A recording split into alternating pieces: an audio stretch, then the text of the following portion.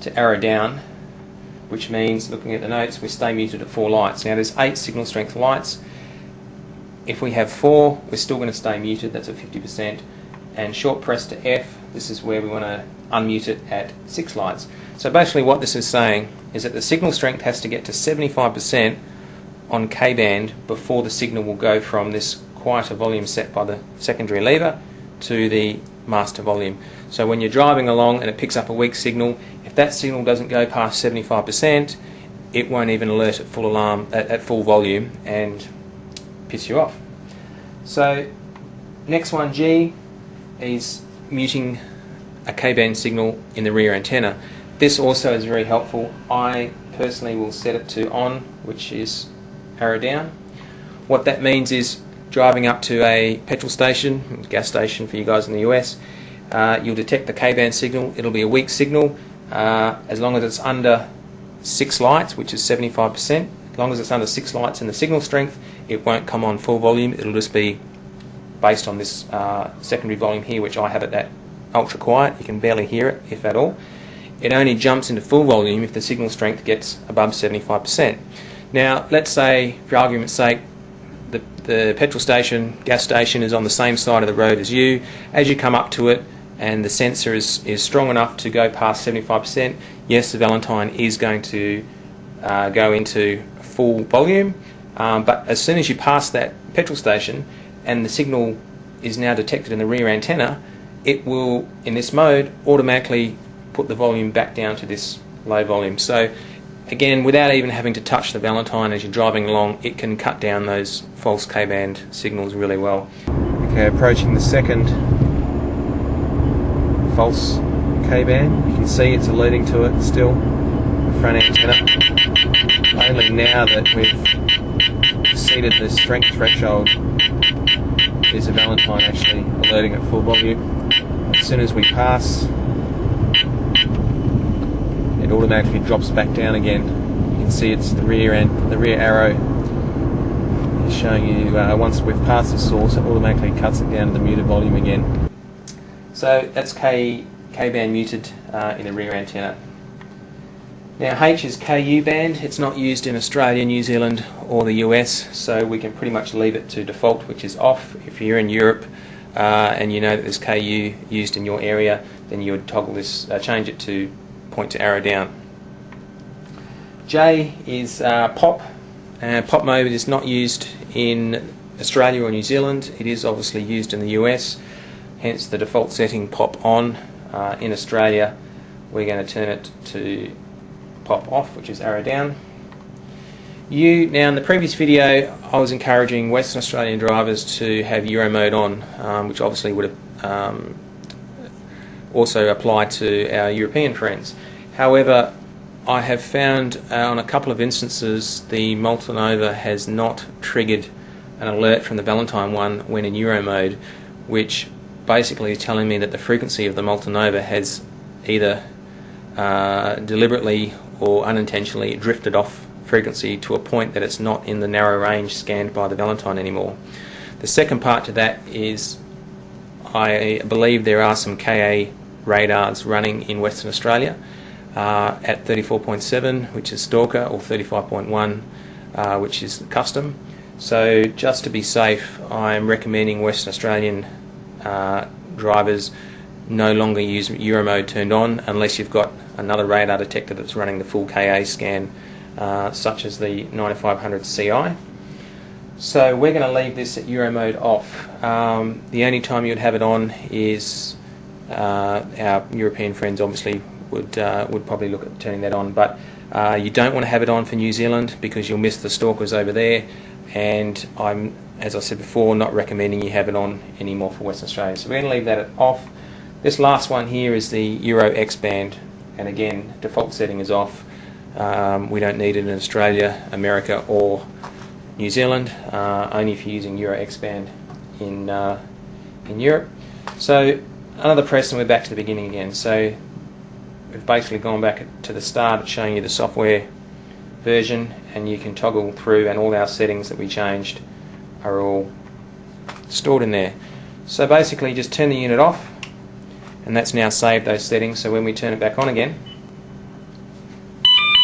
all our settings will be remembered. Now the last step in all of this is to toggle which mode we're using. Basically, if Euro mode is turned off in the programming, which we did, or we didn't turn it on I should say, you've got three settings. You've got A, which stands for all bogies, you have little l, logic mode, and you have big L, logic mode. Now what I would recommend everyone, and this includes those of you in the States and New Zealand, is run your Valentine on little L mode, mainly when you're driving around the city and built up areas and stuff like that. If you're going out in the country, you could switch it to all bogies, but keep in mind you're going to get more false alarms from your K-bands when you're on your A mode than you will on your little mode. I wouldn't even bother about using big L. I'm not going to go into it in this video, but to keep it simple, run it on little L, and that will enable this K-band muting we're talking about. So just to recap, in this mode, if the Valentine detects a weak K-band signal, it will not come on at the full volume, which is set by the main knob. It will only come on this secondary volume, which is adjusted by this lever. So basically what it means is that if we have this main volume on max, but we have this secondary lever volume on minimum, when it first detects that weak K-band signal, it is going to come on at this lever setting, which we've put to minimal. So it's not going to be in your face beep beep beep K-band like you get with the other radar detectors. Weak K signals comes on at this. It will only alert you at the full volume if either the signal strength goes above 75%, which we set to here, being unmuted 6 lights. Get that in the shot, unmuted 6 lights. Or if it's been detecting that same signal for 30 seconds, which is what we set here. Down, up, up, 30 seconds. So, and the last one of course was the rear K muting. Again, if we're approaching a gas station and there's an automatic opening microwave based transmitter on top of the door, it will, obviously the Valentine will detect that, but it'll be the quieter volume, so it's not going to be in your face beeping straight away. If that signal strength gets above 75%, as you pretty much pull up very close to the gas station, the Valentine is then going to go into full volume and it's going to start beeping. But as soon as you pass the petrol station and it's now detecting that same signal into the rear antenna, in this mode it'll automatically shut the volume back down to this quieter level. So you don't even have to reach up and mute it. You know, it may beep loudly for a couple of seconds and then that's it. It's just a much better, quieter system of dealing with the false K signals. Now, having said all that, if you're in an area that has a low-powered K-band speed camera, such as the Redflex photo vans that are used in Arizona, I would not run mode because it's not going to alert you at that full volume to the camera, because you're only going to get 100, maybe 200 meters warning at best against the K-band Redflex speed cameras. Therefore, you want to be alerted straight away. So if you're in Arizona or areas that are using a low-powered K-band speed camera, then I would definitely leave it set on A for all bogies. The Gatsos tend to give a little bit better warning than the Redflex, but what you can do is actually mount your radar detector sideways. If you get the external display unit, you can still have the display unit sitting in front of your instrument cluster. You don't even have to look up at this. You can mount this up next to your rear vision mirror or down low on the windscreen vertically. We've had this vertical bracket, get it in the picture, had this vertical bracket designed for both Bell, Escort and Valentine detectors. All you do is take your sun visor mounting clip that came with the Valentine, take out the metal clip, and this bracket will slide in nice and tight like so, enabling you to mount your Valentine vertically.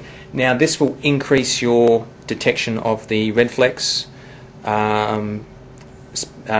K-band speed cameras, as well as the Multinova KA band speed cameras, There's a couple of speed cameras that are polarised. Gatso is another one. So in areas where you've got speed cameras being used that are low powered, both K and KA, I recommend mounting your radar detector vertically. You'll lose, in my tests, about 10% of your off-axis detection, but I think that's it's okay to. I think it's warranted to lose 10% off-axis to gain up to 40% detection on the low-powered speed cameras. So that's all for now. Any questions? Please go ahead and type them in below. And if you like the video, please rate us accordingly. Thanks a lot.